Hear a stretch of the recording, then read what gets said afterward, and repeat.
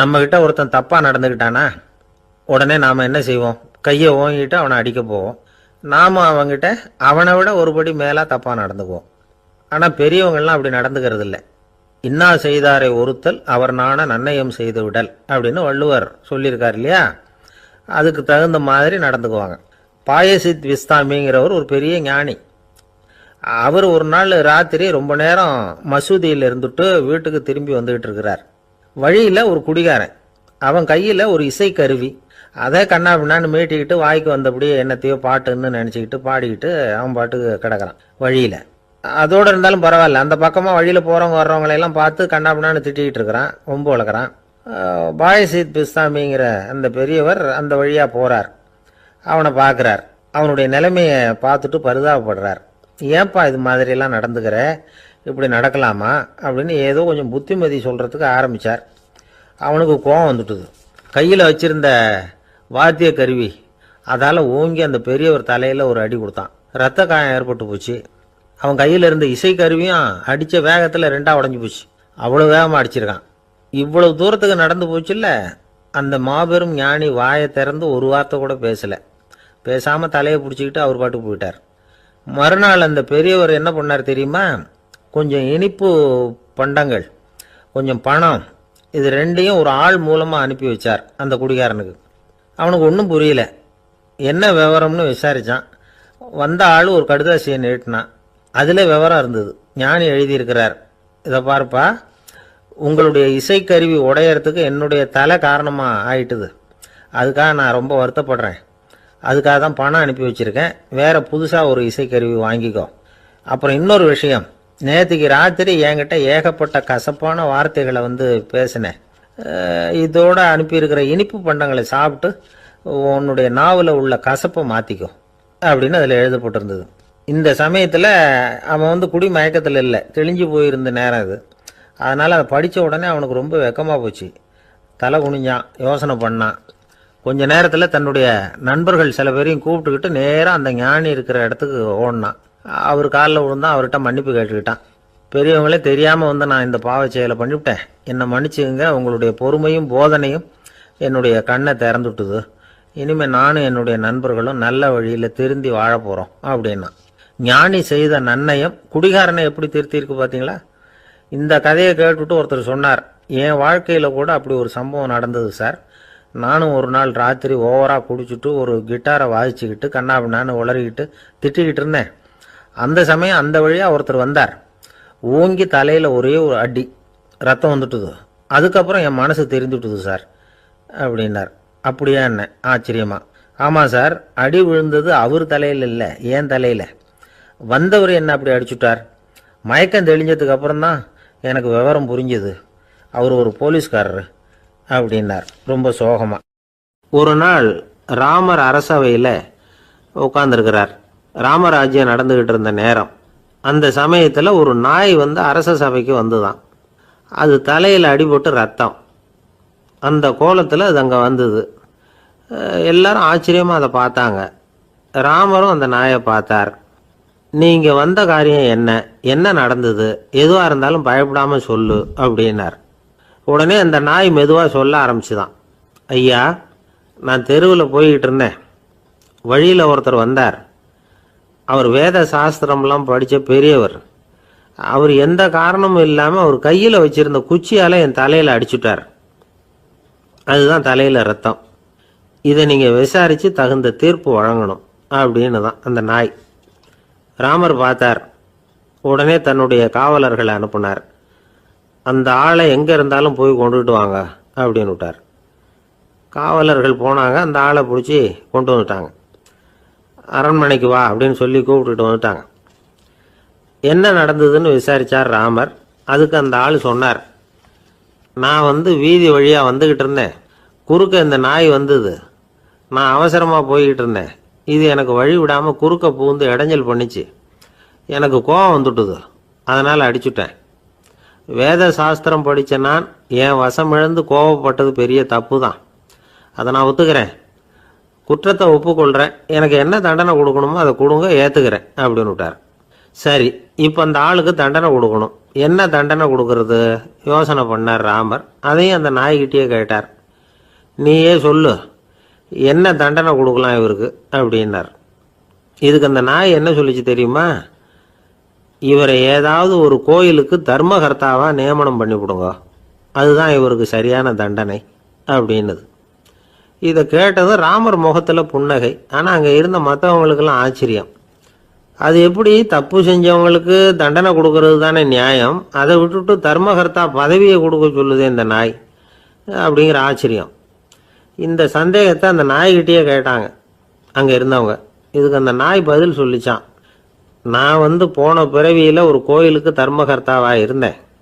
எவ்வளவோ கவனமாக எச்சரிக்கையாக தான் என்னுடைய கடமைகளை எல்லாம் செஞ்சுக்கிட்டு வந்தேன். அப்படி இருந்தாலும் சில சமயங்களில் என்னையும் மீறி கோயில் செல்வத்தை நான் அனுபவிக்கிறதுக்கு காரணமாயிட்டேன். ஒரு கோவிலுக்கு தர்மகர்த்தாவாக இருக்கிறவங்க எப்படியும் இந்த பாவத்திலேருந்து தப்பிக்கிறது கஷ்டம்.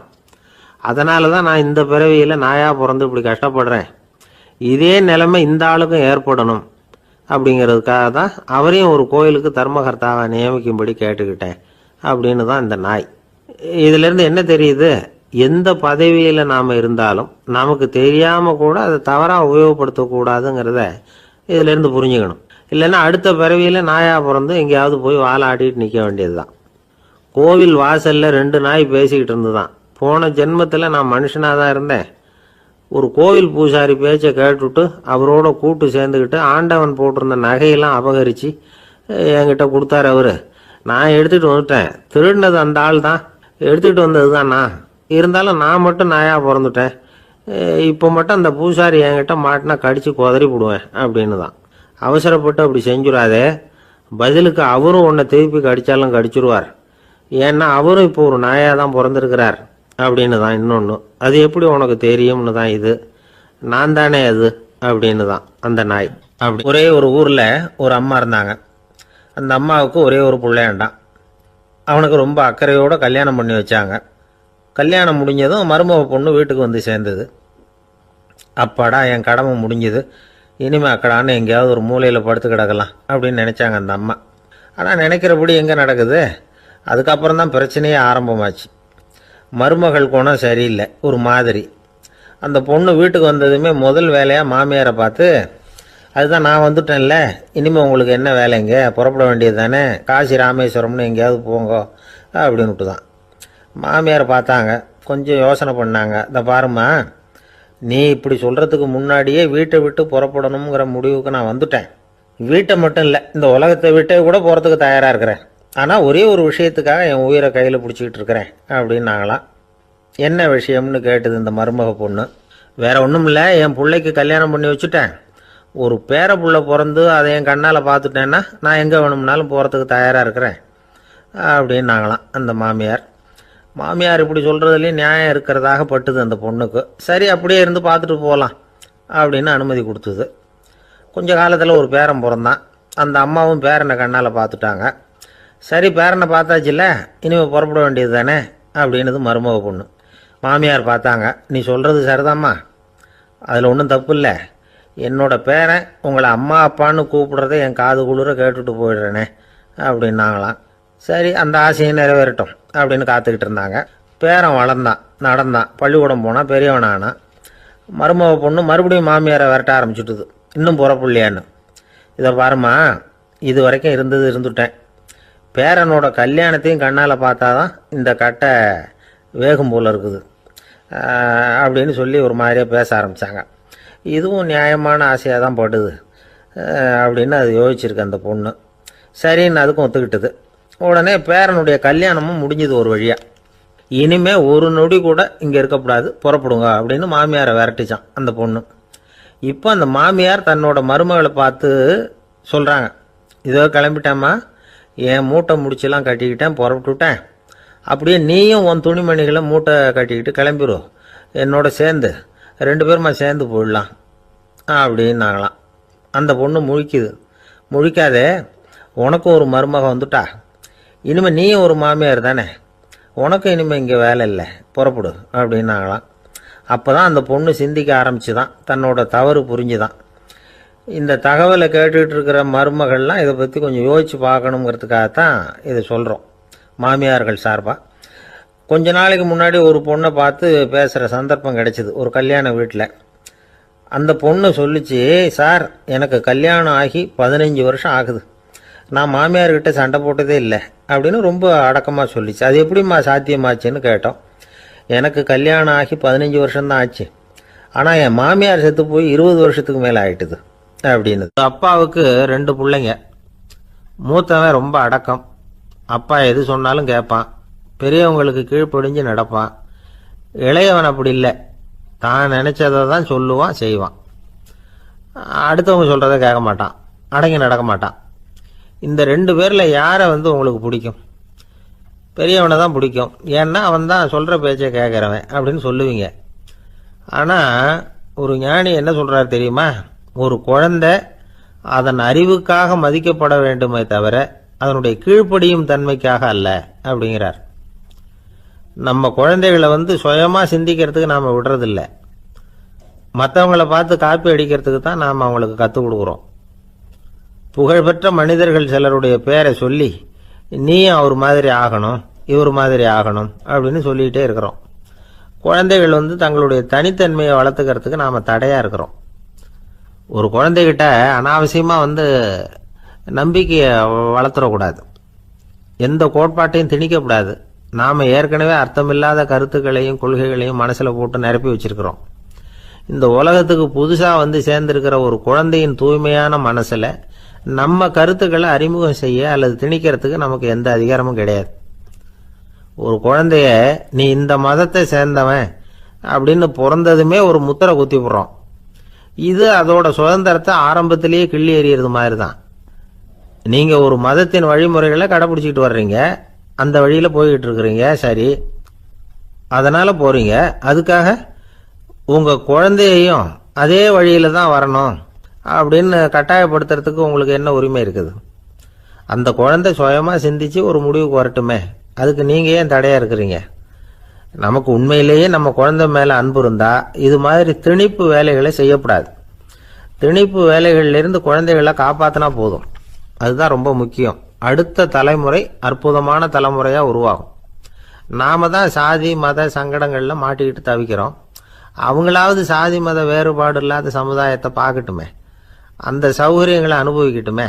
அதுக்கு நாம் என்ன செய்யணும்னா ஒன்றும் செய்யாமல் இருந்தால் போதும்.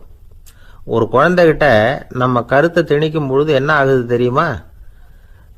அது அவனை அவங்கிட்ட இருந்தே அப்புறப்படுத்தி விடுது, அவனுடைய தனித்தன்மையை அழிச்சுடுது, அவனை ஒரு எல்லைக்குள்ளே திணிச்சுடுது. இதெல்லாம் அன்புங்கிற பேரால் பெற்றோர்கள் செய்கிற தப்பு.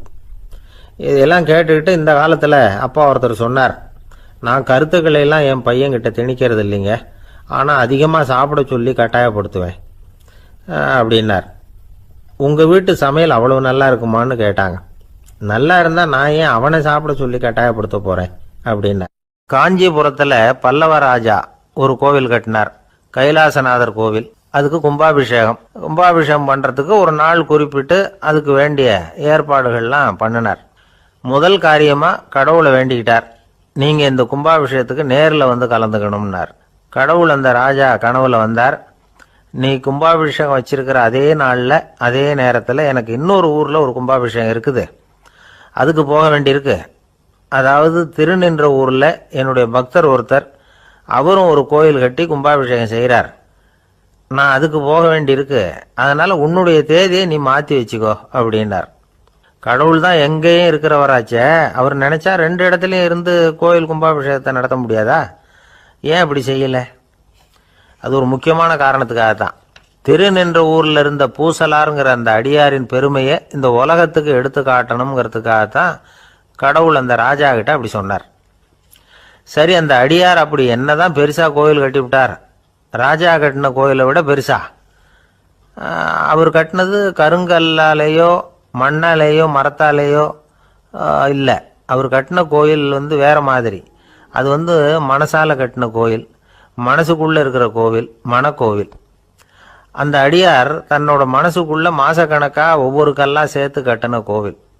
இந்த விஷயம் ராஜாவுக்கு தெரியாது. அவர் என்ன நினச்சுட்டாரு, அது நாம கட்டின கற்கோயிலை விட ரொம்ப பெருசாக இருக்கும் போல இருக்கு அப்படின்னு நினச்சுட்டார். சரி, அப்பேற்பட்ட அந்த கோயிலை வந்து தரிசனம் பண்ணிவிட்டு வருவோம் அப்படின்னு நினைச்சு ராஜா திருநின்ற ஊருக்கு போறார். அங்க போய் பார்த்தா கோயிலையும் காணும், ஒன்னையும் காணும். கடைசியில் பூசலார் கட்டின மணக்கோவில் தான் அதுங்கிறத அவர் புரிஞ்சுக்கிறார்.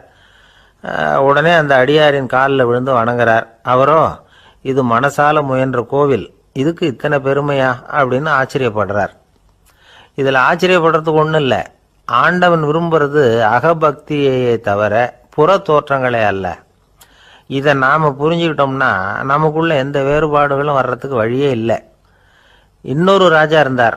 அவர் ஆண்டவனுக்கு படைக்கிறதுக்காக ஒரு தார் நல்ல செவ்வாழைப்பழமாக எடுத்துக்கிட்டு போகணும்னு நினைச்சார். அதனால நாளே அதை வாங்கிட்டு வர சொன்னார் வேலைக்காரங்கிட்ட. வேலைக்காரன் போனால் கடைத்தெருவில் ஒரு தார் பழம் வாங்கினான். வர்ற வழியில் அவன் குடிசை. அப்படியே எட்டி பார்த்துட்டு போவோமேன்னு நினச்சான். போனான். அங்கே இவனோட குழந்தை பாவம் பசியால் கத்திக்கிட்டு இருக்கு. இவன் பார்த்தான், இவ்வளவு பெரிய தாரில் ஒரு 2 பழம் எடுத்தா தெரியவா போகுது அப்படின்னு நினச்சி ஒரு 2 பழத்தை பிச்சு அந்த குழந்தைகிட்ட கொடுத்தான். அது அதை வாங்கி வயிறார சாப்பிட்டுது. பசி அடங்குச்சு. விளையாட போயிட்டுது. இவன் அதுக்கப்புறம் வாழைப்பழத்தை எடுத்துக்கிட்டு அரண்மனைக்கு வந்தான். 2 பழம் பிச்சிருக்கிறது ராஜாவுக்கு தெரிஞ்சு போச்சு. இவன் உண்மையை சொல்லிவிட்டான். உடனே ராஜா, கடவுளுக்கு படைக்க வேண்டிய பொருளை குழந்தை வந்து எச்சில் பண்ண விட்டுருக்கியே அப்படின்னு சொல்லி அவனை கட்டி வச்சு சாட்டையால் அடித்தார். பாவம். மறுநாள் பழத்தை கோயிலுக்கு எடுத்துகிட்டு போனார். கடவுள் முன்னாடி வச்சார். கடவுள் கண்ணை திறந்து பார்த்தார். பழம்லாம் அழுகி இருக்குது. என்ன இது அழுகி போன பழம் அப்படின்னார். ராஜா முழிச்சார். நல்லா தானே இருந்தது அப்படின்னு நினைச்சார். அப்போ கடவுள் அந்த ராஜா கிட்ட சொன்னாராம், இதை பார்ப்பா, இந்த தாரில் 2 பழம் தான் நல்ல பழம். அந்த 2 பழங்களையும் நேத்திக்கே நான் சாப்பிட்டுட்டேன் அப்படின்னாராம். அப்போதான் ராஜாவுக்கு புரிஞ்சுது, ஏழை குழந்தையின் பசியை தீர்க்கறதுக்காக உதவுன அந்த 2 பழம்தான் இறைவன் சாப்பிட்ட பழம்னு. இறைவன் இருக்கிற இடம் எது? இதுதான். கணவன் மனைவி அன்பா இருக்கணும். ஒருத்தர் நல்லா புரிஞ்சுக்கணும். விட்டு கொடுக்குற மனப்பான்மை வேணும். அதுதான் ஒரு நல்ல குடும்பம். இன்னைக்கு பல குடும்பங்களில் அர்த்தமில்லாத சண்டைகள் தான் அதிகம். கிராமப்புறங்களில் வேடிக்கையாக ஒரு கதை சொல்லுவாங்க. ஒரு ஊரில் ஒரு ஆள் இருந்தான். வேலை வெட்டி இல்லாமல் சும்மாவே இருந்தான். அவனுக்கு கல்யாணம் பண்ணி வச்சாங்களாம். மனைவி வந்து சேர்ந்தா. சும்மாவே உட்காந்துருக்கிறியே, ஏதாவது சம்பாதிக்கிற வழியை பாரு அப்படின்ட்டுருக்கா. அதுக்கு தான் யோசனை பண்ணிகிட்டு இருக்கிறேன், ஒரு அருமையான ஐடியா அப்படின்னு நானா. என்ன அது சொல்லு அப்படின்ட்டுருக்கா. அவ ஒரு ஆட்டுக்குட்டி வாங்க போகிறேன்னு இருக்கான். அதை வாங்கி என்ன பண்ண போகிறேன்னா, அந்த குட்டி வளரும், பெருசாகும், அதுக்கப்புறம் அது நிறைய குட்டி போடும் அப்படின்ட்டுருக்கான். சரி, அப்புறம் என்ன, அதையெல்லாம் சந்தையில் கொண்டுட்டு போய் விற்றுவிட்டு அந்த காசுக்கு ஒரு எருவு மாடு வாங்கலாம். சரி, அது எதுக்கு? எருவு மாடு நிறைய பால் கொடுக்கும். அதை கொண்டுகிட்டு போய் பால் பண்ணையில் கொடுப்பேன், அல்லது நானே விற்றுருவேன். கை நிறைய காசு கிடைக்கும். அதுக்கப்புறம் ஒரு பசுமாடு வாங்குவேன். பாலையும் விற்கலாம், நாமளும் காய் போட்டு சாப்பிட்லாம். இப்படிலாம் சொல்லியிருக்கான். அப்போ அந்த பொண்ணு சொல்லிச்சான், அடுத்த தெருவில் இருக்கிற எங்கள் அம்மா வீட்டுக்கும் கொஞ்சம் பால் கொடுத்து அனுப்பலாம் அப்படின்ட்டுருக்கான் அந்த பொண்ணு. இந்த இடத்துல கணவனுக்கு கோபம் வந்துட்டுது. அது எப்படி உங்கள் அம்மா வீட்டுக்கு எதுக்கு கொடுக்கணும்? அதெல்லாம் முடியாதுன்றிருக்கான். இந்த இடத்துல சண்டை ஆரம்பமாயிட்டுது. கொஞ்ச நேரத்தில் 2 பேரும் சத்தம் போட ஆரம்பிச்சிட்டாங்க. கடுமையான சண்டை நடக்கிறத பக்கத்து வீட்டுக்காரன் காதில் வாங்கினான். அவன் ஓடியாந்தான். அவனுக்கு தெரியும், வாங்காத மாட்டுக்காக இப்படி சண்டை போட்டுக்கிட்டு இருக்கிறாங்கங்கிறது அவனுக்கு புரியும். அவன் ஓடி வந்து சொன்னான், ஏண்டா உன்னோட பசுமாட்டை ஒழுங்காக கட்டி போடக்கூடாதான்ருக்கான். என்னடா சொல்கிறேன்னா, இவன் உன் மாடு என் தோட்டத்தில் வந்து மேய்ஞ்சுட்டுது, பயிரெலாம் நாசமாயிட்டுது, 10,000 ரூபா அளவுக்கு சேதம், அதை வாங்கிட்டு போகிறதுக்கு தான் வந்தேன், குடுறா 10,000 நானா. இவன் அரண்டு போயிட்டான். அப்புறம் சொன்னான், டேய், நான் இன்னும் மாடே வாங்கலையே, அதுக்குள்ளே அது வந்து எப்படிடா உன் தோட்டத்தில் மேயும், என்னடா உளர்றேன்ருக்கான். நீ தாண்டா இப்போ உளறிக்கிட்டு இருக்க, மாடே வாங்கலை, அதுக்குள்ளே எப்படிடா வந்து உன்னுடைய மனைவி அவங்க அம்மா வீட்டுக்கு பால் கொடுத்து அனுப்ப முடியும் அப்படின்னு அவன் கேட்டானா. நம்மளுக்கு இப்போ தான் புத்தி வந்துதான். அர்த்தமே இல்லாத சண்டை போட்டுக்கிட்டு இருக்கிறோம் அப்படிங்கிறத அவன் புரிஞ்சுக்கிட்டானான். இது நம்ம முன்னோர்கள் சொல்லியிருக்கிற ஒரு கதை.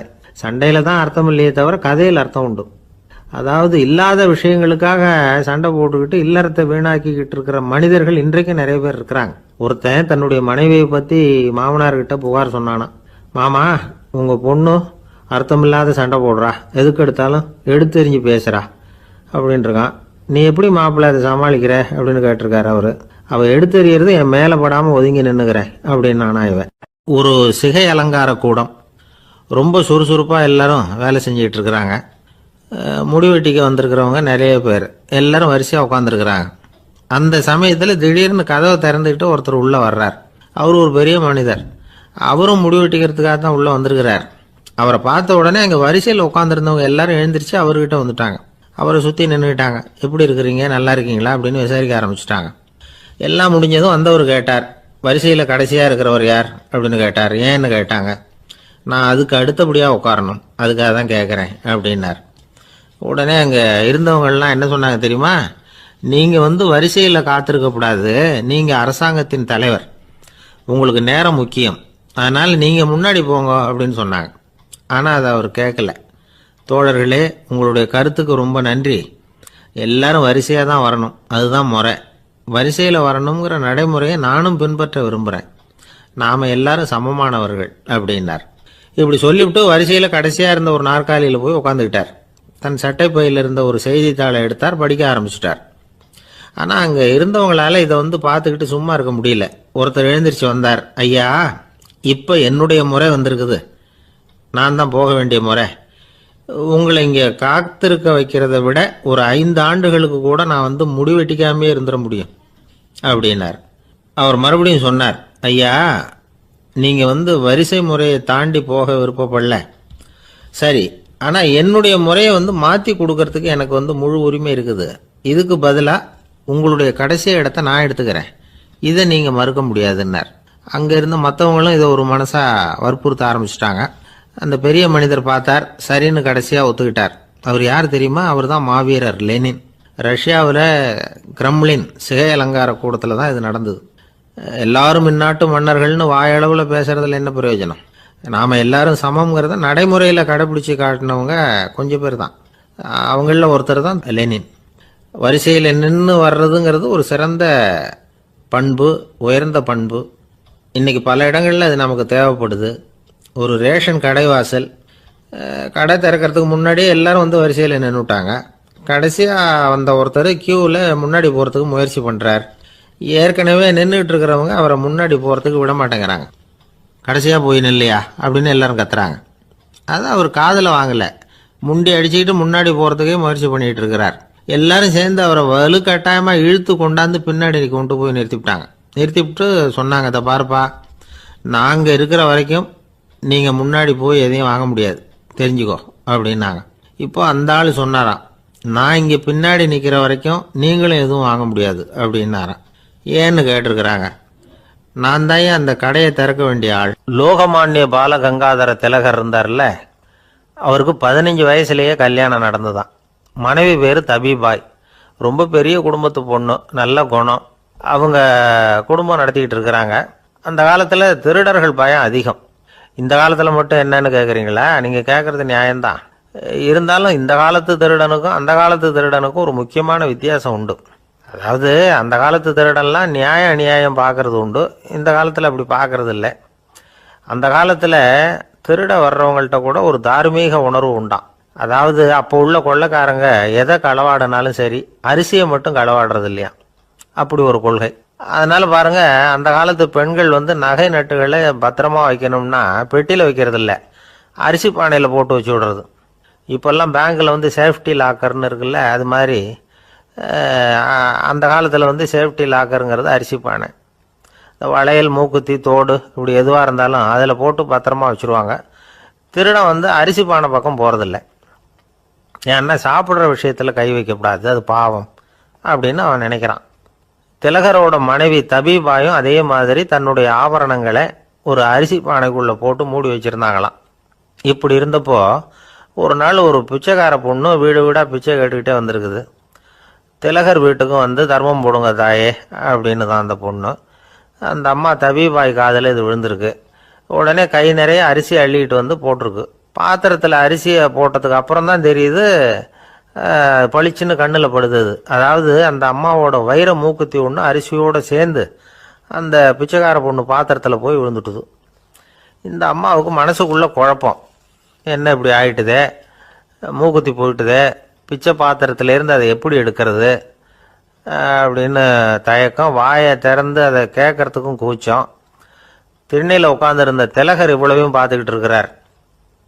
மனைவியின் மனசுக்குள்ளே நடக்கிற மௌன போராட்டத்தை அவர் நல்லா புரிஞ்சுக்கிட்டாராம். மனைவியை பார்த்து சொன்னாராம், தபிபாய், இது தெய்வ சம்மதம், அவளுக்கு சேர வேண்டிய மூக்குத்தி அவகிட்ட போயிட்டுது. பிச்சை பாத்திரத்தில் விழுந்த மூக்குத்தியை எடுக்க வேணாம், அப்படின்னாராம். சரின்னு சொல்லிவிட்டு மேற்கொண்டு எதுவும் சொல்லாமல் அந்த அம்மா வீட்டுக்குள்ளே போயிட்டாங்களாம். இந்த காலத்துலலாம் அது மாதிரி நடக்குமா? வெறும் அரிசியை போட்டுட்டு விவகாரம் பண்ணிட்டு இருக்க மாட்டோமா? ஒரு பெரிய மனுஷன் வீட்டுக்கு ஒரு பிச்சைக்காரன் வந்தான். ஐயா, நாங்கள் பிச்சைக்காரங்கள்லாம் சேர்ந்து ஒரு சங்கம் வச்சுருக்குறோம், அதுக்கு நிதி சேர்க்குறோம், அதுக்கு ஒரு 100 ரூபா கொடுத்தீங்கன்னா எங்களுக்கு பெரிய உதவியாக இருக்கும் அப்படின்னானா. அதெல்லாம் ஒன்றும் கொடுக்க முடியாது போ அப்படின்னாரான் அவர்.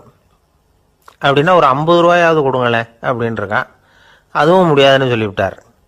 25 ரூபா அப்படின்னு இருக்கான். எதுவும் முடியாது அப்படின்னாரான். சரிங்க, இவ்வளவு பெரிய வீட்டுக்கு வந்துட்டு வெறுங்கையோடு திரும்புறது நல்லா இருக்காது, அதனால சும்மா ஒரு 1 ரூபா மட்டுமாவது கொடுங்க அப்படின்ட்டுருக்கான் அவன். ஒரு பைசா கூட என்கிட்ட கிடையாது அப்படின்னு விட்டாரான் இவர். அப்படின்னா நீங்கள் ஒரு காரியம் பண்ணுங்களேன் அப்படின்னானா அவன். என்ன செய்யணும் அப்படின்ட்டுருக்கார். எங்கள் சங்கத்தில் நீங்களும் ஒரு மெம்பராக சேர்ந்துருங்க அப்படின்னானா. ஒரு ஊரில் ஒரு மன்னன் இருந்தான், கொடுங்கோல் மன்னன். நிறைய தொந்தரவு பண்ணிக்கிட்டு இருந்தான். அவன் ஒரு தடவை என்ன பண்ணான் தெரியுமா? ஒரு தப்பும் பண்ணாத ஒரு இளைஞனை பிடிச்சி ஜெயிலில் அடைச்சுட்டான். அந்த பையனோட சொந்தக்காரங்கள்லாம் ராஜா கிட்ட போனாங்க. அவன் ஒரு தவறும் பண்ணலை, அவனை விடுதலை பண்ணுங்க அப்படின்னு கெஞ்சி கேட்டுக்கிட்டாங்க. மன்னன் வந்து யோசனை பண்ணான். அந்த இளைஞனை கூப்பிட்டுக்கிட்டு வர சொன்னான். அவனை கொண்டாந்து ராஜா முன்னாடி நிறுத்தினாங்க. இதை பாருப்பா, உன்னை நான் விடுதலை பண்ணுவேன், ஆனால் ஒரு கண்டிஷன். அந்த நிபந்தனையை நீ நிறைவேற்றினா உனக்கு விடுதலை அப்படின்னா மன்னன். சரின்னு ஒத்துக்கிட்டான் பையன். மன்னன் வந்து கண்டிஷன் என்னங்கிறத சொன்னான். உங்ககிட்ட ஒரு செம்மறி ஆட்டை கொடுக்க போகிறேன், 1 மாதத்துக்கு அதுக்கு தேவையான தீனியையும் கொடுக்க போகிறேன். 1 மாதம் கழித்து அந்த ஆட்டை வந்து எடை போட்டு பார்ப்பேன். அந்த ஆட்டின் எடை கொஞ்சம் கூட கூடி இருக்கக்கூடாது. எடை கூடி இருந்தால் உனக்கு விடுதலை கிடையாது. என்ன சொல்கிற அப்படின்னா. பையனுக்கு ஒன்றும் புரியல, பயமாக போயிட்டுது. குழம்பிக்கிட்டே நின்றுக்கிட்டு இருக்கிறான். சரி, ஒரு நாள் டைம் தரேன், நல்லா யோசனை பண்ணி பார்த்துட்டு நாளைக்கு உன் முடிவை சொல்லு அப்படின்னா மன்னன். பையன் கவலையோடு வெளியில் வந்தான். அங்கே ஒரு பெரியவர் நின்றுக்கிட்டு இருந்தார். அவர்கிட்ட விஷயத்தை சொன்னான். அந்த பெரியவர் இந்த பையனுக்கு காதோட காதாக ஒரு வழியை சொல்லி கொடுத்தார். அதை கேட்டதும் பையன் மறுபடியும் மன்னன் முன்னாடி வந்து நின்னா. உங்கள் நிபந்தனையை ஏற்றுக்கிறேன்னு சொன்னான். மன்னன் வந்து ஒரு ஆட்டுக்குட்டியையும் அதுக்கு 1 மாதத்துக்கு தேவைப்படுற தீவனத்தையும் கொடுக்கும்படியாக உத்தரவு போட்டான். கொடுத்தாங்க, ஓடிட்டு போயிட்டான். 1 மாதம் தினமும் தவறாமல் அந்த தீவனத்தை ஆட்டுக்குட்டிக்கு போட்டுக்கிட்டு இருக்கிறான். 1 மாதம் கழித்து அந்த ஆட்டை வந்து அரண்மனைக்கு ஓட்டிகிட்டு போனான். மன்னன் அதை எடை போட்டு பார்க்குறான், எடை கூடவே இல்லை, அப்படியே தான் இருக்குது. உடனே போட்ட நிபந்தனைப்படி அந்த இளைஞனை வந்து விடுதலை பண்ணிவிட்டான். சரி, ஆட்டுக்கு எடை கூடாமல் இருக்கிறதுக்கு அந்த பெரியவர் சொல்லி கொடுத்த யோசனை என்ன அப்படின்னா, அது வேற ஒன்றும் இல்லை. அந்த ஆட்டுக்கு எதிரில் அது கண்ணில் படுற மாதிரி ஒரு ஓநாயை கட்டி போட சொன்னார். அவ்வளவுதான். ஆட்டுக்கு ஓநாய்ங்கிறது பிறவி பகை. ஓநாயை பார்த்தா ஆடு நடுங்க ஆரம்பிச்சிரும், அவ்வளவு பயம். தினமும் அந்த ஆடு பயந்துக்கிட்டே தேனி சாப்பிட்டுது, எடை கூடல. அதுதான் ரகசியம். இது வந்து சின்ன பிள்ளைங்களுக்கான ஒரு கதை. இதிலிருந்து தெரிஞ்சுக்க வேண்டிய உண்மை என்னன்னா, நாமெல்லாம் சாப்பிட்றப்ப மனசும் உடம்பும் அமைதியாக இருக்கணும். அப்போதான் அது உடம்புல ஒட்டும். அவசரத்துலையும் பயத்துலையும் சாப்பிட்டா அது சரியா ஜீரணம் ஆகாது. இன்னொரு ராஜா இருந்தார். அவரும் ஒரு இளைஞனை ஜெயிலில் அடைச்சி விட்டார். விடுதலை பண்ணணும்னா ஒரு கண்டிஷன்னார். என்னன்னு கேட்டான். ஒரு ஆட்டுக்குட்டியை அவன் முன்னாடி கொண்டாந்து நிறுத்துவேன், நீ அதுக்கிட்ட ஒரு கேள்வி கேட்கணும், அதுக்கு சரியான பதிலை சொல்லணும். அப்படி செஞ்சுட்டா உனக்கு விடுதலைன்னார். இளைஞன் யோசனை பண்ணி பார்த்தான். சரின்னு ஒத்துக்கிட்டான். அது பிரகாரமே ஆட்டுக்குட்டியை பதில் சொல்ல வச்சுட்டான். என்ன நடந்தது தெரியுமா? ஆட்டுக்குட்டியை கொண்டாந்து நிறுத்தினாங்க. இவன் மெதுவாக அதுக்கிட்ட போனான். அது காதுகிட்ட போய் ஏப்ரலுக்கு அடுத்த மாதம் என்ன மாதம்னு கேட்டான். அது உடனே மேன்னு கத்திச்சு. இவன் விடுதலை ஆயிட்டான். ஒரு பெரியவர்கிட்ட பேசிக்கிட்டு இருந்தேன். அவர் என்கிட்ட ஒரு கேள்வி கேட்டார். திருடர்கள் எத்தனை வகை தெரியுமா உனக்கு அப்படின்னார். இதுதான் அவர் கேட்ட கேள்வி. எதுக்காக என்ன பார்த்து அந்த கேள்வி கேட்டார் தெரியல. இருந்தாலும் நான் வந்து அவருக்கு பதில் சொன்னேன். திருடர்களில் வந்து எத்தனையோ வகை உண்டுங்க. கார் திருடன், சைக்கிள் திருடன், முகமூடி திருடன், எப்படி சொல்லிகிட்டே போகலாம். இருந்தாலும் என்னுடைய சிற்றறிவுக்கு எட்டின வரையில் திருடர்களை வந்து 2 வகையாக பிரிக்கலாம் அப்படின்னு நினைக்கிறேன். ஒன்று ராத்திரியில் திருடுற திருடன், இன்னொருத்தன் பகலில் திருடுற திருடன். அதாவது பகல் திருடன், ராத்திரி திருடன் அப்படின்னு பெரியவர் சிரித்தார். என்ன சிரிக்கிறீங்களே? என்ன, கள்வர்கள் 4 வகை அப்படின்னு ஆரம்பித்தார். எப்படின்னு கேட்டேன். சாப்பாட்டுக்கு இல்லாமல் திருடுறாங்க பாருங்க, அது ஒரு வகையான். சாப்பாட்டுக்கு இருந்தும் திருடுறாங்க பாருங்க, அது ஒரு வகையான். இதை தவிர இன்னும் ஒரு 2 வகை திருட்டு உண்டு. அது என்னன்னா, ஆண்டவன்கிட்ட இருந்து நாம திருடுற திருட்டு, இன்னொன்று என்னன்னா, நம்மகிட்ட இருந்து ஆண்டவன் திருடுற திருட்டு அப்படின்னார். எனக்கு ஒன்றும் புரியல. என்ன சார் இது, ஆண்டவனையே வந்து திருடன்னு சொல்கிறீங்களே அப்படின்னு ஆச்சரியமா. ஆமாங்க, ஆண்டவனை வந்து கல்வன்னு சொல்கிறது இல்லையா. காஞ்சிபுரத்துக்கு பக்கத்தில் திருக்கார்வனம் அப்படின்னு ஒரு ஊர் இருக்குது. அங்கே உள்ள பெருமாளுக்கு வந்து கல்வர்னு தான் பேர். அது மட்டும் இல்லை, திருமங்கை ஆழ்வார் தம்முடைய திரு நெடுந்தாண்டகத்தில் கார்வனத்துள்ளாய் கல்வா அப்படின்னு தான் அழைக்கிறார் அப்படின்னு நிறைய உதாரணம்லாம் சொல்ல ஆரம்பித்தார். அதுக்கப்புறம் அவர்கிட்ட பேசி நான் புரிஞ்சுக்கிட்ட விவரங்களை தான் நான் இப்போ உங்ககிட்ட சொல்ல போகிறது. அதாவது அவர் சொன்ன முதல் வகை திருடர்கள் வந்து சாப்பாட்டுக்கு இல்லாமல் திருடுறவங்க. இவங்களை வந்து திருத்தி போடலாம். சாப்பாட்டுக்கு இருந்தும் பணம் சேர்க்கணுங்கிற ஆசையால் பொய் கணக்கெல்லாம் எழுதுறாங்க பாருங்க, அவங்க தான் ரெண்டாவது வகை. மூணாவது வகை திருட்டு தான் மிகப்பெரிய திருட்டு. இறைவனுக்கு சொந்தமானதை நம்முடையதுன்னு நினைக்கிற திருட்டு. எது இறைவனுக்கு சொந்தமானது அப்படின்னா ஆத்மா.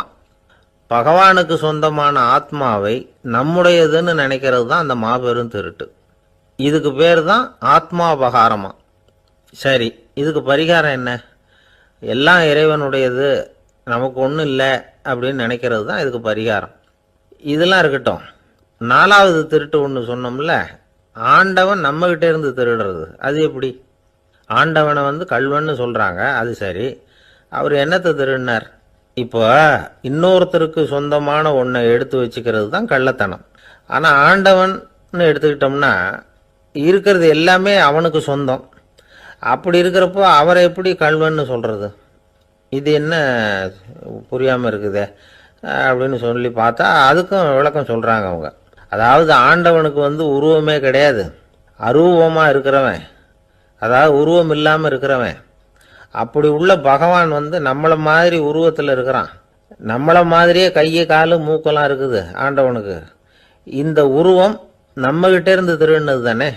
அவன் வந்து தன்னுடைய உண்மையான திருமேனியை வந்து நமக்கு காட்டாம, அதாவது தரிசனம் கொடுக்காம இருக்கிறது கள்ளத்தனம் தானே. அதனால தான் இதுவும் ஒரு பெரிய திருட்டு, இருக்கிறதுலே மிகப்பெரிய திருட்டு அப்படிங்கிறார்.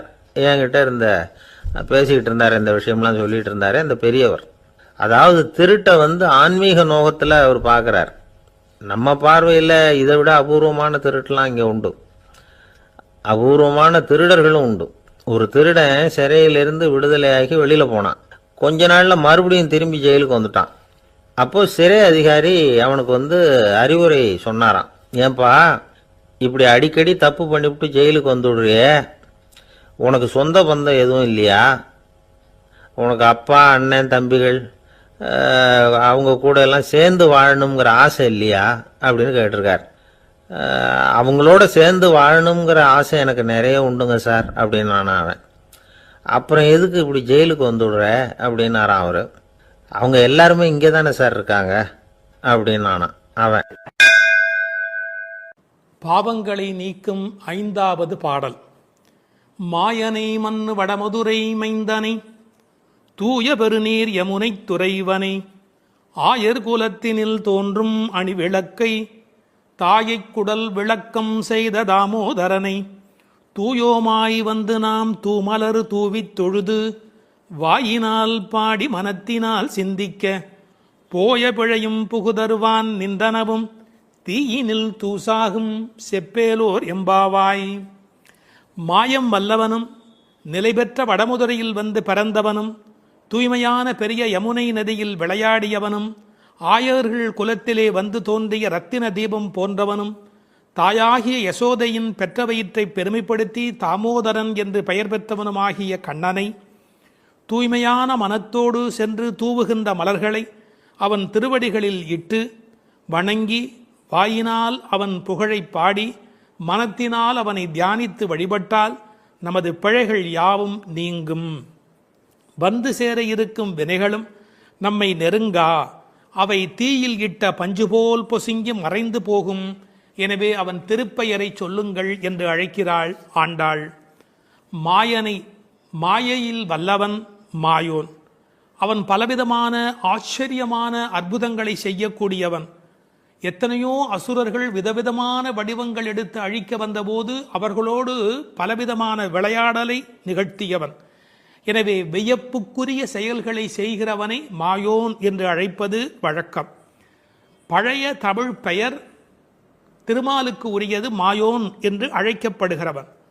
ஒரே நேரத்தில் எங்கும் இருக்கக்கூடிய அற்புதம் செய்கிறவன். ஆயர்பாடியிலே ஒவ்வொருவரோடும் குரவை கூத்தாடுகிற போது ஒரு கோபிகைக்கு ஒரு கண்ணன் என்று ஒரே நேரத்தில் ஒவ்வொருவரோடும் இருந்தவன். அது மட்டுமல்ல, பகவத்கீதையில் எனது மாயை வெல்ல முடியாதது என்று பேசுகிறார். அந்த இடத்தில் மாயை என்பது பிரபஞ்ச சிருஷ்டி, பேர் இயக்கம், இந்த பிறப்பின் ரகசியம், கண்ணனுடைய பல்வேறு லீலைகள், இப்படி மாயன் என்ற சொல்லுக்கு நிறைய பொருளாயிற்று. அப்படி மாயனாயிருக்கிறவன் மைந்தனாய் ஆகியிருக்கிறான். வடமதுரை மைந்தனே. அற்புதங்களை செய்யக்கூடிய அடங்க முடியாத மாயன் அடக்கத்திற்குரிய மைந்தனாக மாறியிருக்கிறான். தமிழிலே மகன், மைந்தன் என்று பல்வேறு சொற்கள் மகனை குறிக்கும். வீட்டுக்கு மட்டும் உரியவன் மகன், நாட்டுக்கே உலகிற்கே உரியவன் மைந்தன். ஆகையால் மாயனை, நிலை பெற்ற வடமுதுரையிலே வந்து தலைவனாக விளங்குகின்ற மைந்தனை, ஊருக்கென்று வாழுகிறவனை, தூய பெருநீர் யமுனை துறைவனை. யமுனைக்கு தூய என்ற அடைமொழி எதனாலே? அதன் தெளிவு அல்லது ஆழம் அல்லது அகலம், இது எல்லாவற்றையும் விட உரையாசிரியர்கள் ஒரு நயம் சொல்வார்கள். கோதாவரியை சீதை விழித்து தன்னை காப்பாற்றும்படி அழைத்தபோது ராவண பயத்தினாலே கோதாவரி எந்த உதவியும் செய்யவில்லை. ஆனால் இந்த யமுனையோ வசுதேவர் கண்ணனை சுமந்து கொண்டு வருகிற காலத்திலே வழிவிட்டு மிகப்பெரிய நன்மை செய்தது. ஆகையால் இது தூய பெருநீர் என்று ஆயிற்று. அந்த தூய பெருநீர் யமுனை துறைவன். ஒரு நதி எவ்வளவு பெரிய நதியாக இருந்தாலும் பயன் கிடையாது, துறை முக்கியம். நீங்கள் பெரிய பெரிய நதியிலே நீராட வேண்டும் என்றால் படித்துறை என்று ஒரு துறை இருந்தால் தானே நீங்கள் அந்த நதியிலே நீராடி அனுபவிக்க முடியும். இறைவன் பெரியவனாகவே இருந்தாலும் கூட கண்ணன் என்று ஒரு துறை, வைணவம் என்று ஒரு துறை, அதில் கிருஷ்ண அவதாரம் என்கிற ஒரு துறை, ஆண்டாளின் திருப்பாட்டு என்று ஒரு துறை, இப்படி துறை இருந்தால் மட்டுமே குளிப்பது எப்படி, அனுபவிப்பது எப்படி? வெறும் ஆற்றிலே போய் நீராடி விட முடியுமா? அந்த துறை முக்கியம். அந்த யமுனை துறைவன் என்ற சொல்லிலே இருக்கிற அழகு, கோபியரோடு உமிழ்ந்து விளையாடிய தேக சம்பந்தம் உடைய நதி என்று அந்த நதிக்கு பெருமை எழுதினார்கள். ஆயர் குலத்தில் தோன்றும் அணிவிளக்கு, அந்தகாரத்தில் தீபம் போல படிப்பறிவு வழக்கை இடக்கை அறியாத ஆயர் குலம், அந்த குலத்திலே அவன் ஒளிவிளக்காக விளங்குகிறார். வைகுந்தத்திலே இருந்தால் அங்கு எல்லோரும் நித்திய சூரிகள் பிரகாசமாய் இருக்கிறார்கள். ஆனால் ராமனே வந்து பிறந்த போது கூட அவன் வெங்கதிரோன் குலத்துக்கு ஒரு விளக்காய் தோன்றியவன் என்கிறார் குலசேகரர். எனவே அது பகல் விளக்கு, இது இரவு விளக்கு. ஆயர் குலத்தினில் தோன்றும் அணிவிளக்கை மங்கள விளக்கு, தாயை குடல் விளக்கம் செய்த தாமோதரனே. தாமோதரன் என்ற சொல்லுக்கு கயிறு பதிந்த வயிறு உடையவன் என்று பொருள். இந்த மாடுகளை எல்லாம் கட்டி, அது அருந்து போன கயிற்றை கன்றுக்குட்டிக்கு கட்டி அதிலிருந்து. மூன்றாம் பாடல் வைணவர்கள் வாழ்த்தாக சொல்லுகின்ற வளமான பாடல்.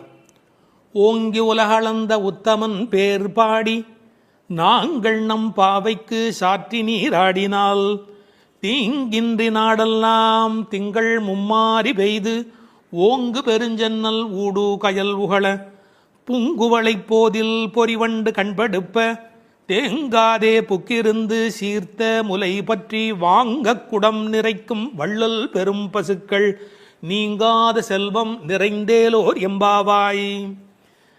மாவலி இடத்தில் வாமனனாய் 3 அடி மண் கேட்டு போன திருவிக்கிரமனாக உயர்ந்த அந்த அவதாரத்தை முதல் பேசுகிறார்கள். அவனை உத்தமன் என்று சொல்லுகிறாள். அவரது திருநாமங்களை பாடி பரவி இந்த பாவை நோன்பு நோற்று நீராடினால் நாடெல்லாம் மாதம் 3 மழை பெய்யும், நெற்பயிர்கள் ஓங்கி வளரும். விளைந்த அந்த சென்னற் பயிர்களின் ஊடே கிடக்கும் நீரில் கயல் மீன்கள் துள்ளி விளையாடும். பூத்துள்ள குவளை மலர்களிலே அழகிய வண்டுகள் உறங்கி மகிழும். நீர்வளத்தால் நிலவளம், அதாவது வள்ளல் தன்மையுடைய பெரும் பசும் கூட்டங்கள் எங்கும் நிறைந்திருக்கும். மடிகனத்த காரணத்தால் தொட்ட மாத்திரத்தில் குடம் குடமாக அந்த பசுக்கள் கொடுக்கின்ற வள்ளல் பெரும் பசுக்கள். இத்தகைய செல்வச் செழிப்பு என்றும் நீங்காது நிலைத்திருக்கும் என்று வாழ்த்துகிறாள் இந்த 3வது பாடலிலே. ஓங்கி உலகளந்த உத்தமன். குள்ளமாக வந்தவன், ஆனால் ஓங்கி உலகத்தை அளந்த திரிவிக்கிரமனாக மேலே உயர்ந்தவர். இதில் நாம் சிந்திக்க வேண்டிய பகுதி ஒன்று இருக்கிறது. இந்த உலகத்தில் வாழ்கிற மனிதர்கள் 3 வகை: அதமன், மத்தியமன், உத்தமன். தன்னலம் மட்டுமே கொண்டு வாழ்கிற மிக கீழானவர்கள் அதமன். தானுண்டு தன் குடும்பம் உண்டு என்கிற ஒரு எளிய வட்டத்துக்குள் வாழ்கிறவன் மத்தியமன். பிறருக்காக வாழ்பவன், அவசியமென்றால் பிறருக்காக தாழ்பவன் எவனோ அவனே உத்தமன். அப்படி இந்த உலகத்தில் பிறருக்காக தாங்கி தாழ்ந்து சென்ற இடம் என்பதால் அவர் தாழவில்லை. கை நீட்டி யாசக மகாபலி இடத்தில் கேட்டாலும் அவர் தாழவில்லை, ஓங்கினார் என்ற பொருள் வரும்படியாக ஓங்கி உலகளந்த உத்தமன் என்று எழுதுகிறார். அவருடைய திருவடி இந்த உலகம் முழுவதும் பட்டதாம், உயிர்குலம் முழுவதும் பட்டதாம். ஏன்? இதற்கு உரையாசிரியர்கள் ஒரு அழகான வார்த்தை சொல்வார்கள். உறங்குகிற போது மாதா பிரஜையை அணைத்தபடி படுத்திருப்பாள் ஸ்பரிச சுகத்திற்காக. ஒரு அம்மா குழந்தைய பக்கத்தில் வைத்துக்கொண்டு படுக்கிற போது அப்படியே அந்த குழந்தை மேலே கை வைத்து கொண்டு படுத்திருப்பாள். என்ன சுகம்! அந்த குழந்தையும் நிம்மதியாக தூங்கும், அந்த தாயும் நிம்மதியாக சந்தோஷப்படுவாள். அப்படி தாய் குழந்தையை அணைப்பது போல இந்த உயிர்களை அணைப்பதற்காக பெருமான் தன் திருவடியை இந்த பூமியிலே வைத்தானாம். ஓங்கி உலகளந்த உத்தமன் என்கிறாள். நாமத்தின் பெருமையினை பேறு பாடி என்கிறாள். அதை பின்னொரு இடத்திலே நாம் விளக்கமாக பார்க்கலாம்.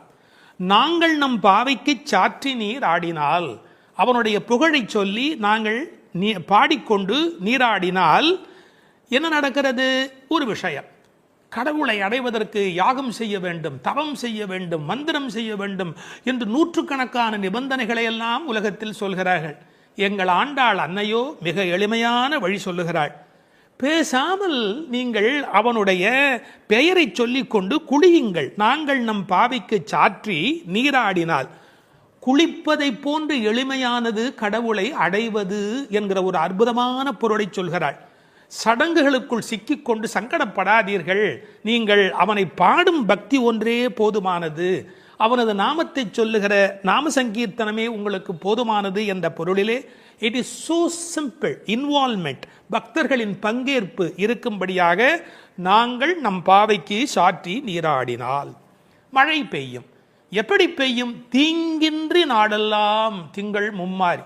இப்போதெல்லாம் வானிலை அறிக்கை சொல்லுகிறவர்கள் இந்த மாவட்டத்தில் பெய்யும், அந்த மாவட்டத்தில் கனமழை பெய்யும், இந்த மாவட்டத்தில் தூறல் போடும், இந்த மாவட்டத்தில் பெய்யாமலேயே போகும் என்று விட்டு விட்டு விட்டு விட்டு மழை பெய்வதை பற்றி பிட்டு பிட்டு பிட்டு பிட்டு வைத்துக் கொண்டிருப்பார்கள். ஆனால் எங்கள் ஆண்டாள் அப்படி அல்ல. தீங்கின்றி நாடெல்லாம் திங்கள் மும்மாறி பெய்யும். ஒரு இடத்துல கூட பஞ்சம் இருக்கக்கூடாது. எல்லா பக்கமும் மழை கொட்டு கொட்டு கொட்டு என்று கொட்டி, ஆனால் தீங்கு இருக்கக்கூடாது. வரக்கேடும் வெள்ளக்கேடுமாய் என்பார்கள். பெய்மழை வேண்டும், பேய்மழை வேண்டாம். அளவாக பெய்ய வேண்டும், வாழ வைக்கக்கூடிய அளவிலே பெய்ய வேண்டும். மாதம் மும்மாறி, திங்கள் மும்மாறி பெய்து என்கிறார். 9 நாள் வெயிலும் 1 நாள் மழையுமாய் என்று உரை எழுதுவார்கள். மண்ணினுடைய வயிறு உள்வாங்கக்கூடிய வகையில வெயில் காய வேண்டும், பிறகு ஒரு மழை பெய்ய வேண்டும், வெயில் காய வேண்டும், பிறகு ஒரு மழை பெய்ய வேண்டும். அப்படி பெய்யக்கூடிய மழைதான் தீங்கின்றி உலகத்தை வாழ வைக்கும். மும்மாறி என்றார்களே, யாருக்காக மும்மாழி? வேதம் போதிய வேதியர்க்கு ஒரு மழை, நீதி மன்னர் நெறியினர்க்கு ஒரு மழை, மாதர் கற்புடை மங்கையர்க்கு ஒரு மழை என்று 3 மழை பெய்யும். மழை என்றால் சாதாரணமானதா? மழைதான் மண்ணின் தாய்ப்பால். அடுத்தது, அந்த மழையின் காரணமாக நெல் விளைகிறது. ஓங்கு பெருஞ்சென்னல். ஒவ்வொரு நெல்லும் கதிரும் ஒரு ஆள் உயரத்துக்கு மேலே போயிருக்கிறது. பழைய காலத்து விவசாயம் தெரிந்தவர்களுக்கு தெரியும், மிக உயரமாக பயிர் இருக்கும். இது என்ன செய்தார்கள்? அதையெல்லாம் குட்டை பயிர்களாக மாற்றிக்கொண்டே வந்தார்கள். பயிர் குட்டையாகி கதிர் கனத்து போன கலிகாலம் இந்த காலம். பயிர் குட்டையாகி கதிர் கனத்து போனது. மாட்டை பற்றி மனிதன் எங்கே கவலைப்பட்டான்? ஓங்கி என்று நன்றாக வளர்ந்திருந்தால் மாட்டுக்கு நிறைய வைக்கோல் கிடைக்கும், நிறைய பால் கொடுக்கும். மாடினுடைய சாணமும் அந்த மண்ணில் அந்த நறுமணமும் இல்லை என்றால் அந்த பூமியில் வளம் எப்படி இருக்க முடியும்? ஓங்கு பெரும் சென்னல், ஒரு ஆள் நடந்தால் மறைக்கும். அப்படி இப்போது காளை மாடுகளே இல்லை. ஊசி வழியே பசுக்களின் தாய்மை எய்தும் உயிர்ப்பில்லா உலகமாக இன்றைக்கு உலகம் சுருங்கி போய்விட்டது. எனவே மாடுகளை பற்றி கூட கவலைப்படக்கூடிய வகையிலே மாடுகள் தானே பெரும் செல்வம். ஓங்கு பெருஞ்சென்னல் என்று எழுதுகிறாள். பிறகு பூங்குவளை போதில் அங்கு வளர்ந்திருக்கிற குவளைப்பூக்கள், அதில் புள்ளிகள் உடைய வண்டு படுத்திருக்கிறது, பொறிவண்டு கண்படுப்ப, அவை தூங்கி கொண்டு இருக்கின்றன. அதாவது ஒரு பூவில் போனாலேயே அவ்வளவு தேன் கிடைத்து விடுவதாலே அவை இன்னொரு பூவுக்கு வண்டு பறந்து பறந்து போகும். வண்டு மாதிரி பூ விட்டு பூ தாவுகிறான் என்பார்கள். இப்போ எப்படி அல்ல, ஒரே பூவிலேயே வேண்டிய அளவு தேன் கிடைத்து விடுவதால் மயங்கி கிடக்கின்றன.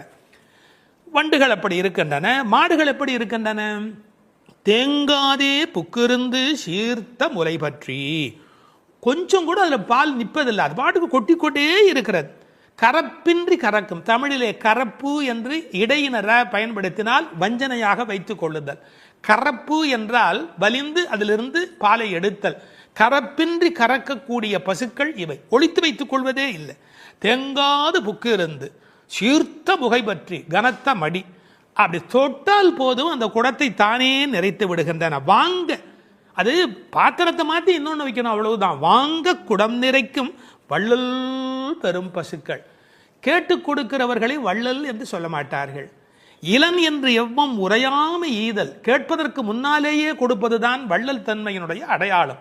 இந்த பசுக்கள் வஞ்சனையற்றவை, எனவே அவை வள்ளல் பெரும் பசுக்கள். நீங்காத செல்வம் நிறைந்தேலோர் எம்பாவாய். நீங்காத செல்வம் என்றால் என்ன பொருள்? உலகத்தாருக்கு சில செல்வம் தேவை, ஆனால் இறை ஞானம்தான் உண்மையில் நீங்காத செல்வம். இப்போது இப்படி எடுத்துக்கொள்வோம். பரமனடி பாடி துதித்தால் நீங்காத செல்வம் நிறையும். தீங்கின்றி திங்கள் மும்மாறி பெய்யும். ஓங்கு பெருஞ்சன்னல் விளையும். வாங்க குடம் நிறைக்கும் வள்ளல் பெரும் பசுக்கள். பாருங்க எப்படி ஒன்றை ஒன்று சார்ந்ததாக இருக்கிறது. பகுத்தறிவுவாதிக்கும் பக்தனுக்கு என்ன வித்தியாசம்? இந்த புரட்சியை சொன்னதோடு அவன் நிறுத்தி விடுகிறான். என்ன புரட்சி? பசுமை புரட்சி, வெண்மை புரட்சி, பால், மீன் துள்ளுகிறது, நீல புரட்சி. இது மூன்றுமே கிடைத்து விட்டதால் பூமி வளமுடையதாகிறது என்று பகுத்தறிவுவாதி நிறுத்தி விடுகிறான். ஒன்றை மறந்து விடுகிறான். பரமனடி பாடுவதால் தான் இது மூன்றுமே நடந்தது என்பதுதான் பக்தனுடைய பார்வை. இன்டர் டிபெண்டன்ட், ஒன்றை ஒன்று சார்ந்திருக்கிறது. அடுத்தது அதை விட ரொம்ப அற்புதம். இந்த உலகத்தில் செல்வம் மட்டுமே இருந்தால் மனநிறைவு வருமா? வராது. போட்டி, பொறாமை, பகை வரும். சாந்தி சாந்தி சாந்தி என்று நிறைவு செய்வார்கள். அந்த நிறைவு எப்போது வரும்? அது பக்தியின் மூலம், பரமனடி பாடுவதன் மூலம் வரும். எனவே சம்பூர்ணமான நிறைவை தரக்கூடியது எது? நிறைந்து ஏலோர் எம்பாவாய். அந்த நிறைந்து என்பது சம்பூர்ணத்தை குறிப்பது. மழை எப்படி பெய்கிறது? மனிதன் நல்லவனானால் இயற்கை அவனை விட நல்லவனாக மாறிவிடுகிறது. மனிதன் நல்லவனானால் இயற்கை அவனை விட நல்லவனாக மாறிவிடுகிறது. மழை பொழிகிறது, பால் சுரக்கிறது, செல்வம் செழித்தோங்குகிறது என்று வாழ்த்துக்குரிய பாடலாக அமைந்திருக்கிறது இந்த அழகான பாடல்.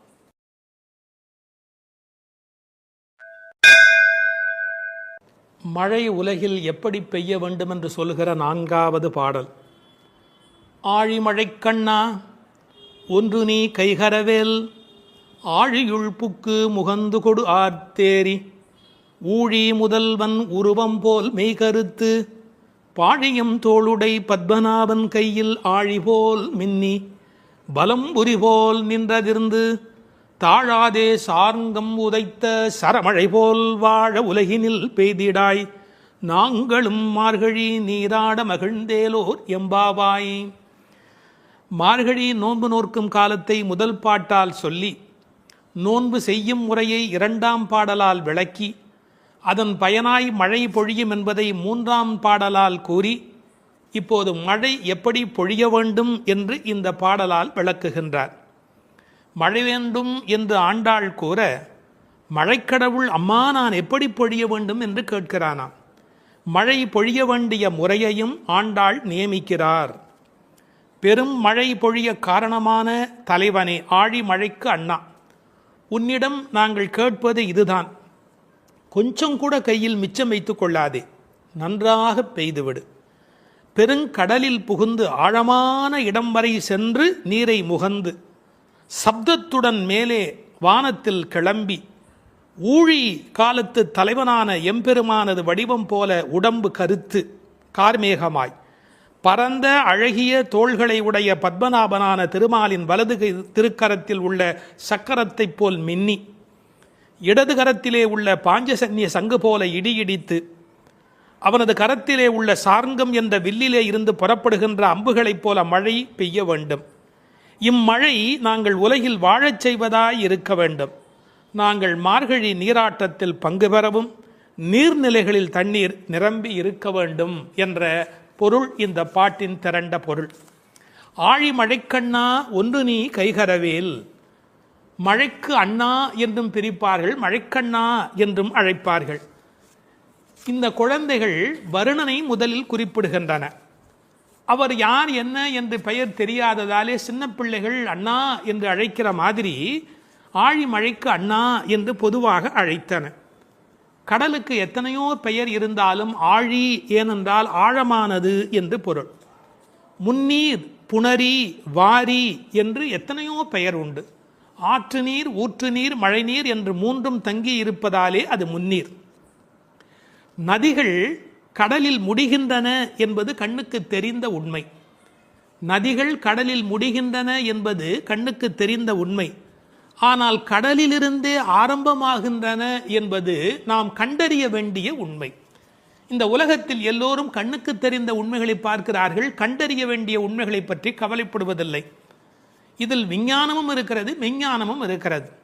மேகம் உறிஞ்சி மழையை கொண்டு வந்து கொட்டுகிறது. எனவே வருணனுக்கு உத்தரவு பிறப்பிக்கிறாள். இந்த மேகம் எப்படி இருக்க வேண்டும் என்று விளக்கம் சொல்லுகிறாள். ஸ்ரீ பிரதிவாதி பயங்கரம் அண்ணங்கராச்சாரிய சுவாமிகளை போன்ற பெரியவர்கள் இங்கு மேகம் என்று குறிப்பது ஆச்சாரிய பெருமக்களை என்று அழகான ஒரு அர்த்தம் கொடுப்பார்கள். ஒரு 7-8 விளக்கங்கள் சொல்லலாம் என்றாலும் ஒரு 4-5 நாம் பார்க்கலாம். உப்பு தண்ணீர் கடல் அதை மதுரமான நீராக மேகம் மாற்றி விடுகிறது. அதுபோல கடினமான விஷயங்களையும் உபதேசிக்கிற ஆச்சாரியர்கள் மதுரமான விஷயங்களாக மாற்றி விடுகிறார்கள். கடல் அங்கங்கே போய் பெய்துவிட முடியாது, தண்ணீர் கொடுக்க முடியாது. அதுபோல் பரமாத்மாவை விட ஆச்சாரியர்கள் அங்கங்கே விஜயம் செய்து மக்களுக்கு இந்த மழை பெய்கிறார்கள். மழை பள்ளத்தை நிரப்புவது போல ஆச்சாரியன் உள்ளத்தை நிரப்புகின்றார். மழை பெய்யாவிடில் நஷ்டம், அதுபோல் ஆச்சாரியன் உபதேசிக்காவிடில் மிகப்பெரிய நஷ்டம். மழை சிப்பியிலே முத்து உண்டாக்கும். ஆச்சாரியன் மோசமான மனிதனிடத்திலும் முத்துமுத்தான கருத்துக்கள் சேரும்படியாக உண்டாக்கி விடுகிறார். எனவே இங்கு மேகம் என்று குறிப்பிட்டாலும் அதை ஆச்சாரியன் என்று பொருள் கொள்ள வேண்டும் என்று வெகு நுட்பமான பார்வையினை சொன்ன ஆச்சாரிய பெருமக்கள் உண்டு. நீ கைகரவேல், கஞ்சத்தனம் பண்ணிடாதே, உங்கள்கிட்ட இருக்கிற எல்லாத்தையும் கொட்டிடு, எங்களை ஏமாற்றி விடாதே, ஒன்னையும் கையில் வச்சுக்காதே. ஒன்று நீ கைகரவேல். ஆழியுள் புக்கு முகந்து கொடு ஆர்த்தேரி. நல்ல கடல் வரையிலே உள்ளே போ. இந்த ஆழியுள் புக்கு முகந்து கொடு ஆர்த்தேரி என்பதை எம்பெருமானாரோடு ஓமிப்பார்கள். அவர் கடல் போன்ற தத்துவங்களை எல்லாம் வாங்கி எளிமையான தத்துவங்களாக இந்த உலகத்துக்கு கொடுத்தார். அப்படி ஆழத்திலே உள்ளே போ. ஆழியுள் புக்கு முகந்து கொடு ஆர்த்தேரி. இந்த உலகத்திலேயே சிரமமான விஷயம் ஆழமான பகுதிக்குள் பிரவேசிக்கும் போதுதான். ஒரு மனிதன் தன்னுள் ஆழும் போதுதான் அவனுக்குள் கருணை மழை புறப்படுகிறது. முகந்து கொடு ஆர்த்தேரி, அதாவது ஒரு ஆடியோ எஃபெக்ட். அது எப்படி சத்தம் கொடுத்து கொண்டு இடிக்கிறது என்று ஆர்த்து ஏரி. இந்த மேகம் வெள்ளையா இருக்கிறது, அது சிவப்பாக மாறுகிறது, கருப்பாக மாறுகிறது. கம்பன் பாடுகிற போது சொல்வார், நீரணிந்த கடவுள் நிறத்தவான் ஆரணிந்து சென்று ஆர்களி மேய்ந்து. சிவபெருமான் மாதிரி வெள்ளையா இருக்கிறது, சேரடிந்த முலைத்திரு நங்கைதன் வீரடிந்தவன் மேனையின் மீண்டது. திருமகள் கணவன் போல் அது கருப்பாகி வெளியிலே வருகிறது. வெள்ளையிலிருந்து அது கருப்பு மேகமாக மாறுகிறது. எல்லோரும் கருப்பை வெள்ளையாக்குவார்கள், இங்கு வெள்ளை கருப்பாகிறது. பார்க்கெல்லாம் தலைவனாக விளங்குகின்ற பரந்தாமன் இருக்கிறானே, அவன் போல என்று மேகத்தை பார்க்கிற போது கூட பரந்தாமனை பற்றிய சிந்தனை இங்கு நம்முடைய மனதில் பதியும்படி பாடுகிறாள். எப்படி? ஊழி முதல்வன் உருவம் போல் மெய்கருத்து. இது வீடியோ. ஆர்த்தேரி என்பது ஆடியோ. இப்போது கண்ணுக்கு முன்பாக கொண்டு வந்து நிறுத்துகிறாள். ஊழி முதல்வன், இந்த உலகத்தின் கடைசி காலத்தினுடைய தலைவனாக அவன் விளங்குகிறான். அவனுடைய உருவம் எப்படி மெய் கருத்து விளங்குகிறதோ அதுபோல் நீ இருக்க வேண்டும். காக்கை சிறகினிலே நந்தலாலா நிந்தன் கரியனிடம் தோன்றுதையே நந்தலாலா என்று கண்ணனுடைய கருப்பை மகாகவி பாரதி அனுபவித்தார் அல்லவா? அதுபோல அந்த உருவம் மெய்கருத்து விளங்குகிறது. பாருங்கள், இடிப்பதில் ஒரு ஆடியோ எஃபெக்ட், அந்த உருவத்தை வர்ணிப்பதில் ஒரு வீடியோ எஃபெக்ட். இந்த ஆடியோ வீடியோ பாடலை நீங்கள் பாடியோ ஆடியோ இந்த உலகத்தில் வெளிப்படுத்த வேண்டும். பாழியம் தோளுடை பத்மநாபன் கையில். இந்த பெருமானுடைய தோள் எப்படிப்பட்ட தோள் தெரியுமா? பருத்த தோள், பெருத்த தோள், நிறைய பலம் தாங்கக்கூடியது. கம்பன் பாடுகிறார், ராமனுடைய தோள்களை பாடுகிற போது, குன்று போன்றுயர் தோளில் கொற்றதில் ஒன்று தாங்கினான் உலகம் தாங்கினான். அந்த ஒரு தோள் போதும் உலகத்தையே தாங்கிறதுக்கு அப்படின்னு, குன்று போன்றுயர் தோளில் கொற்றவில் ஒன்று தாங்கினான் உலகம் தாங்கினான் என்று பேசுவார் கவிச்சக்கரவர்த்தி கம்பர். நாபியில ஒரு தாமரை இருக்கிறது, அதில் பிரம்மா இருக்கிறார், இருமடி ஆகு பெயராக இவருக்கே பத்மநாபன் என்கிற பெயர் இந்த உலகத்தில் பொருந்தி வருகிறது. இந்த மின்னல் மின்னுகிறது, இடி இடிக்கிறது, அதுவும் பெருமாளுடைய சங்கு சக்கரங்களைப் போல அவளுக்கு காட்சி அளிக்கிறது. அந்த சக்கராயுதம் எப்படி ஒளி உடையதாக மின்னிக்கொண்டு வருகிறதோ, திருவாழி ஆழ்வான் விரோதிகள் இருக்கும் இடமெல்லாம் போய் எப்படி அழிக்கிறதோ அதுபோல அந்த மின்னல் மின்ன வேண்டும். அது பெருமானுடைய ஆயுதத்திலே ஒன்று. வலம்புரி போல் நின்றதிருந்து அந்த சங்கு போல, வலம்புரி சங்கை போல, படைவோர் பூக்கு முழங்கும பாஞ்ச சன்னியமும் பல்லாண்டு. அந்த சங்குக்கு எவ்வளவு பெரிய ஏற்றம்! உண்பது சொல்லில் உலகளந்தான் வாயமுதம், கண்படை கொள்ளில் கடல் வண்ணன் கைத்தலத்தே என்று எப்போதும் பெருமாளோடு ஸ்பரிசம் அனுபவித்துக் கொண்டிருக்கிற அந்த சங்கு, வலம்புரி சங்கு, அதுபோல் நின்று அதிர்ந்து அந்த சங்குநாதம் போன்ற ஒரு பெரிய ஒலியை எழுப்பி, தாழாதே சார்ங்கம் உதைத்த சரமழை போல் பெய்திடாய். மழை எப்படி பெய்யணும்? அடம் மழை, அப்படியே சரமழை மாறி பெய்யணும். ராமசரம் எப்படி புறப்பட்டதோ, சார்ங்கம் என்ற வெள்ளிலே இருந்து அது எப்படி விடாமல் வந்து கொண்டே இருந்ததோ ராவணனை பார்க்கிற காலத்திலே, அப்படி இந்த மழை அடைமழையாய் பெய்ய வேண்டும். எதற்காக? நாங்களும் மார்கழி நீராட மகிழ்ந்தேலோர் எம்பாவாய். இந்த உலகத்தில் நாடெங்கும் வாழ கேடொன்றும் இல்லை என்பார்கள். எல்லாரும் நல்லா இருந்தால் நாமும் நல்லா இருக்க போகிறோம் இல்லையா? அதனால் இந்த உலகத்தில் எல்லோரும் நன்றாக இருக்க மார்கழி நீராட மகிழ்ந்து நாங்களும் மகிழ்ச்சியாக இருந்து விட்டு போகிறோம். இந்த ஓமை இருக்கிறது, இது ஓமை அணி இலக்கணத்திலே தலை சிறந்த 4 செய்திகளை உள்ளடக்கியது. எப்படி அந்த மழை பெய்ய வேண்டும் என்று சொல்லுகிற செய்தியில, உருவம் போல் மெய்கருத்து என்றால் அது மெய் ஓமை. ஆழி போல் மின்னி வலம்புரி போல் நின்றதிர்ந்து என்பது வினை ஓமை. சரமழை போல் என்று பேசியது பயன் ஓமை. அணி இலக்கணத்திலே வினை, பயன், மெய், உரு என்ற 4 வகை பெற வந்த ஓமை தோற்றம் என்று ஓமை அணிக்கு எத்தனை சிறப்பு சொல்வார்களோ எல்லாம் பொருந்தும்படியாக தமிழில் ஏற்றம் மிகுந்த பாடல் இந்த பாடல்.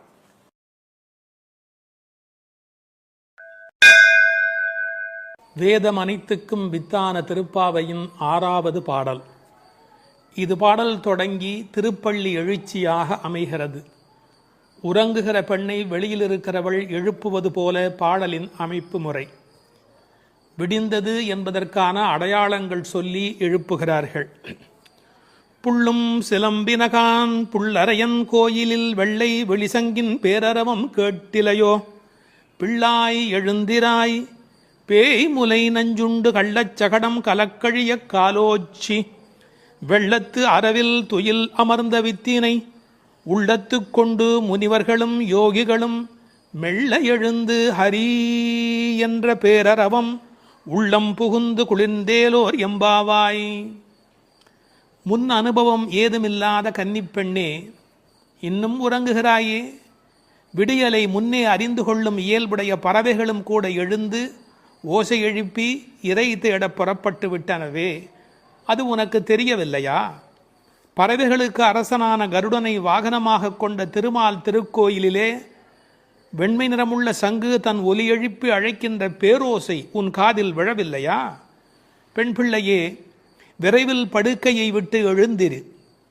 முன்பு தன் தாய் யசோதை வடிவில் முலைக்காம்பில் நஞ்சையே தீட்டிக் கொண்டு வந்து கண்ணனுக்கு வஞ்சகமாக பாலூட்ட கருதினாளே பூதனை. அவளிடம் பால் பருகுவது போல முலையுண்டு அவள் உயிரையும் உண்டானே கண்ணன். முன்பு கள்ளத்தனமாக சக்கரமாக அவன் முன் தோன்றினானே சகடாசுரன். அவனை தன் திருவடிகளை உயர்த்தியே உதைத்து அவன் கலக்கம் அடைந்து அழிந்து போனானே அந்த கண்ணன். திருப்பார்கடலிலே அமைந்திருக்கும் ஆதிசேஷன் என்னும் பாம்பின் மேல் அரிதுயில் கொண்டிருக்கிறானே அந்த கண்ணன். இவ்வுலக உற்பத்திக்கு மூல காரணமான அந்த கண்ணனை தம் உள்ளத்திலேயே இடைவிடாது தியானித்து கொண்டிருக்கும் முனிவர்களும் இறைவனை எளிதில் அடையும் யோகம் போன்ற உபாயங்களையும் செய்து கொண்டிருக்கும் யோகியர்களும் அலுங்காது அசையாது மெதுவாக நிதானமாக எழுந்து ஹரி ஹரி என்று திருமாலை எண்ணிப்பாடும் பேரோசை உன்னுடைய காதுகளில் கேட்கவில்லையா? ஆனால் இவ்வோசைகள் எல்லாம் எங்கள் செவி வழி புகுந்து உள்ளத்திற்கு குளிர்ச்சி தருகின்றனவே. இந்த அனுபவத்தை எங்களுடன் பகிர்ந்து கொள்வதற்காகவாவது நீ எழுந்து வரமாட்டாயா? இது பாடலின் திரண்ட பொருள்.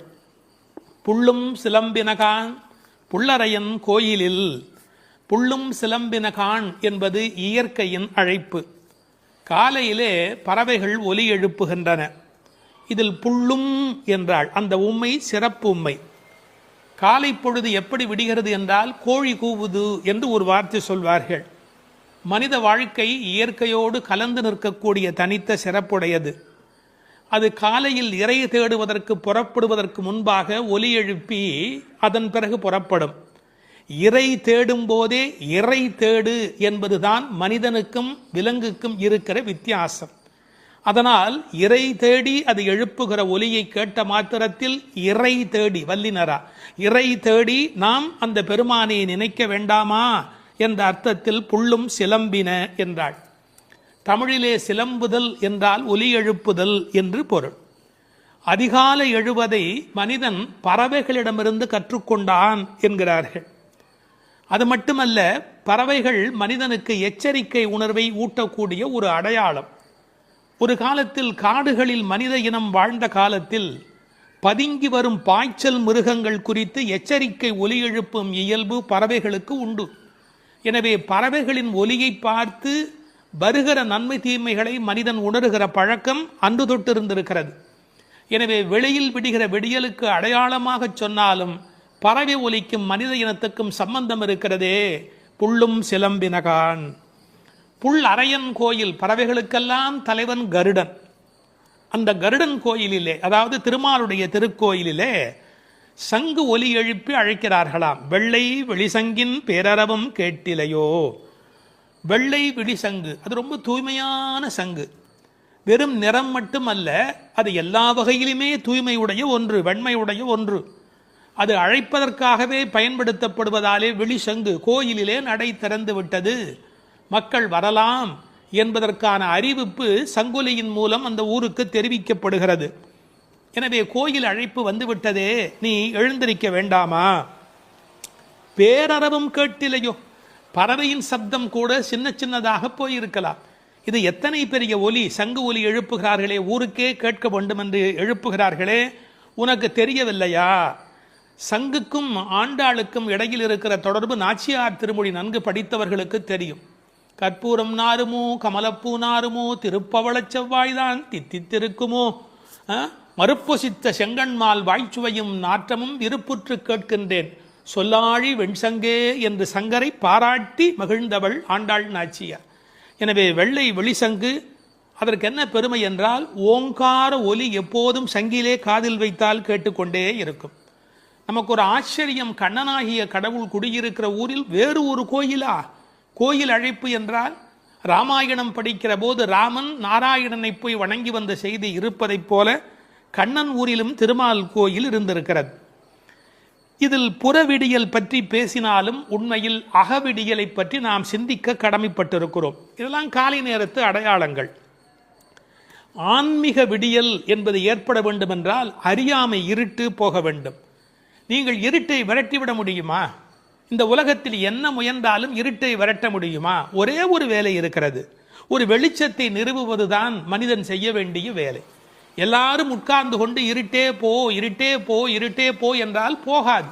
ஆனால் ஒரு விளக்கை ஏற்றி வைத்தால் இருட்டு காணாமல் போய்விடும். அதுபோல் நம்முடைய அஞ்ஞானம், அறியாமை என்ற மன இருள் நீங்க வேண்டுமென்றால் நாராயணன், இறைவன், பரம்பொருள் என்ற ஒற்றை விளக்கு நமக்கு போதுமானது. அதை சொல்லிவிட்டு பிள்ளாய் எழுந்திராய் என்கிறார். பெண் பிள்ளைகளை ஏ பிள்ளை என்று அழைப்பது தமிழ் மண்ணிலே இருக்கிற ஒரு மரபு. என்ன பிள்ளை இப்படி பேசிக்கிட்டே இருக்கிறியே அப்படிம்பாங்க. அது சிறு பிள்ளைகளை சொல்லுகிற வழக்கம் உண்டு.